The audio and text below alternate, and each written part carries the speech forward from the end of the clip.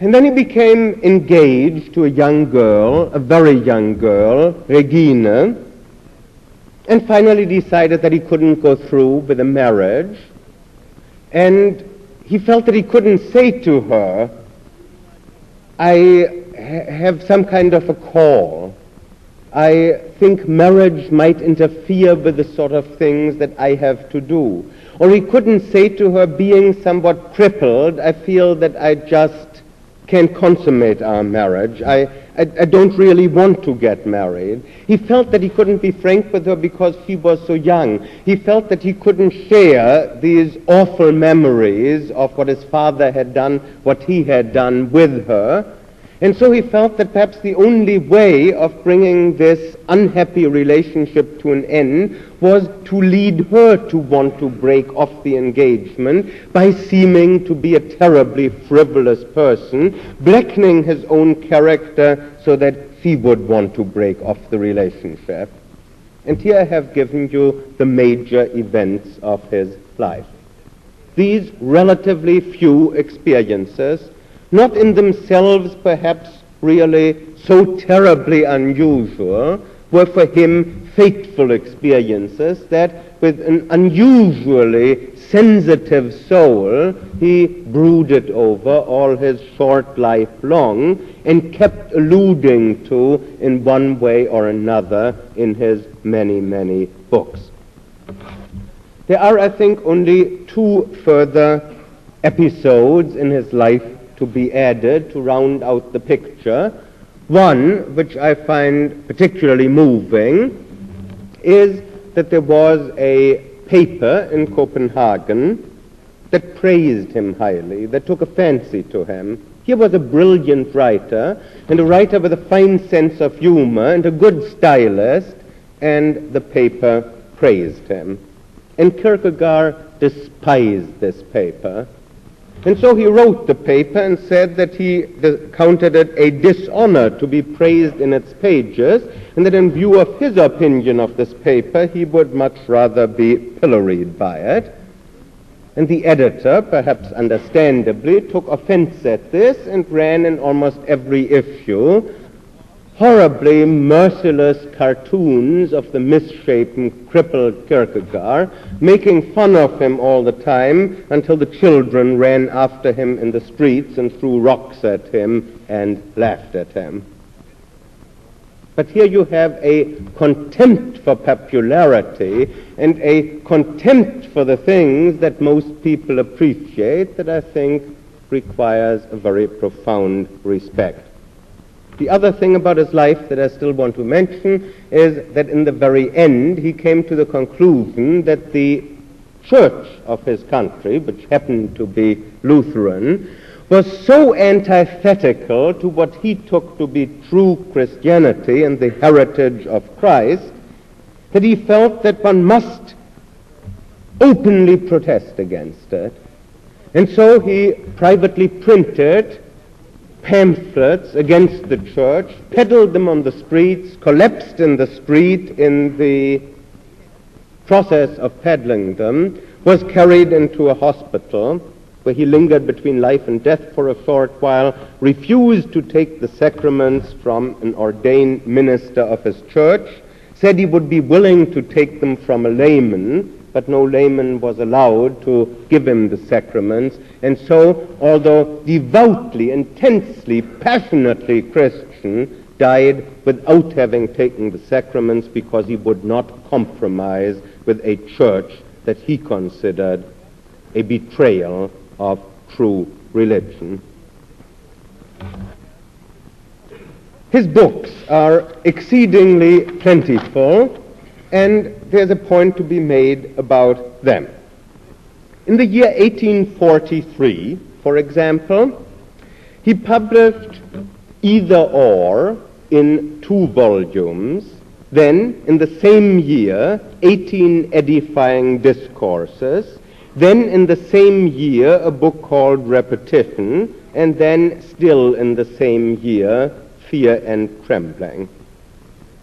You might think that having published more than 5 volumes in 1 year, that he might have rested up during the following year, but in 1844 he published his philosophical fragments, his concept of dread, and another book. And in 1845, an enormous book, Stages on Life's Way. In 1846, his perhaps most ambitious work, concluding Unscientific Postscript. In 1847, more edifying discourses and his great works of love. In 1848, he wrote a book that he didn't publish. In 1849, he published The Sickness Unto Death, as well as 3 other books, and also completed 2 more books that he didn't publish that year and that were published posthumously, and so it went. Here was a man, in other words, who wore himself out writing what he had to say, who did not divide his energies among any other things, though he had taken a theological degree. He did not become a minister. He did not want to have any official connection with the church, and just wrote at a feverish pace. Under the circumstances, it is perhaps not a carping criticism if I say that sometimes his writing leaves something to be desired from a philosophic point of view, that sometimes it is not as careful as it might be, that sometimes there are perhaps turns of phrase that invite objections, that sometimes perhaps he contradicts himself, that sometimes one can find fault. After all, if one writes at such a pace, so many books, not just in one year, but year after year after year, it is obvious that not everything is polished and as well considered as it might be. It has often been said, rightly, that Kierkegaard engaged in what is called indirect communication. And what is usually meant by that is that most of the books that I have just mentioned were not published over the name of Søren Kierkegaard, but over the name of rather odd, usually Latin pseudonyms. They were published by people with outrageous names. It was always obvious, because these names were Latin, that they couldn't be the real people, but all Copenhagen in those days was discussing, were all these pseudonyms one and the same man, or were there all sorts of different people? And Kierkegaard added to the mystification by having some pseudonyms attack others, and there are cross-references in these books, and this tickled his sense of humor. He thought this was funny. It is mildly funny, and this is called indirect communication. I don't think that that is really the heart of Kierkegaard's indirect communication. This is something that one might explain to some extent psychologically. One might say, isn't this continuous with what I told you about these walks that he took with his father, that here he, all alone in one room, peopled the world the way Richard II does in prison. All the world's a stage for him, and here are all these characters, all his inventions, and they engage in fights, and on some points they agree, and on some they disagree. You might almost say, without being disrespectful, this perhaps is part of his pathology. This is something that's psychologically odd and interesting, but this, I think, is not the crucial part of his indirect communication. The crucial part of the indirect communication is that Kierkegaard's mode of expression is artistic, that instead of always writing edifying discourses, as he sometimes did, instead of always coming right out and preaching, he often does the sort of thing that a novelist or a playwright does, that a man like Sartre will do too, namely who avails himself of the mode of literature, of the mode of art, to get across his ideas a little less directly than one would if one came right out and told the reader. There are other features of a style that I think there's no need to go into in any detail here. It is, I think, an exasperating style, an outrageous style, an offensive style, and means to be so. to retell the story that in Genesis takes less than one full page about how Abraham went out to sacrifice Isaac but then didn't. Kierkegaard takes a whole little book, going over and over and over it again with variations, and he means to exasperate, he means to annoy, he means to upset, he does not mean just to entertain. In fact, that whole little book, Fear and Trembling, is directed against people who read Genesis and find it oh so interesting and oh so admirable, and don't ask themselves, what would I say if a man came along in my time who said, God has told me to sacrifice somebody else and I'm about to do it? This is the problem that Kierkegaard says we must ask ourselves about. We mustn't say, isn't it a beautiful story and how well written and how concise in style, and look how the emotions of father and son are caught so beautifully. That is an aesthetic approach.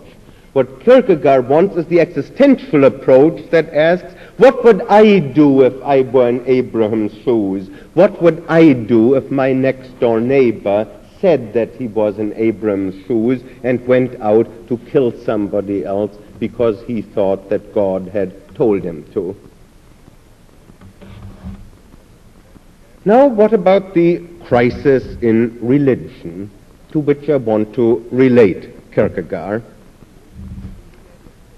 The crisis in religion in our time is so manifold that one could easily, obviously, give more than 3 lectures without even mentioning Kierkegaard just to analyze the crisis in religion.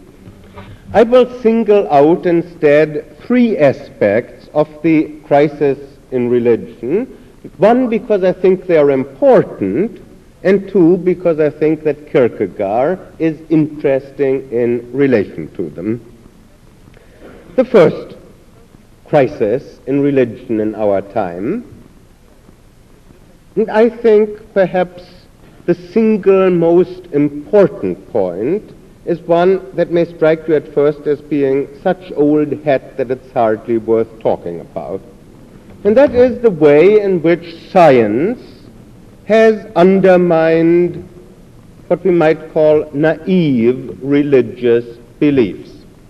Now, you, for the most part, may consider this terribly old hat because you may feel that the beliefs that have been undermined by science are so naive that you obviously don't have these beliefs anymore.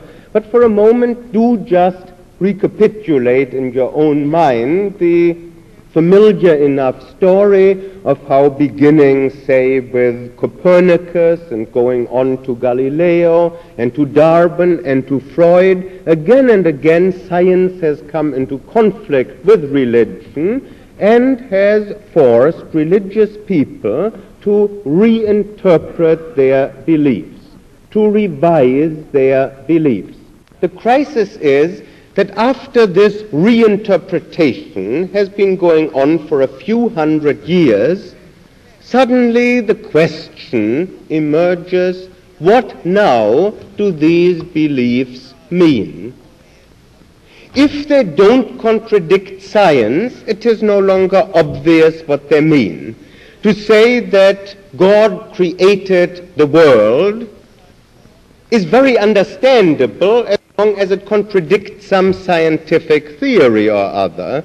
But if you say it doesn't contradict any scientific theory, there's nothing that science could possibly find out that could conflict with the belief that God created the world, then it becomes questionable what it means to say that God created the world.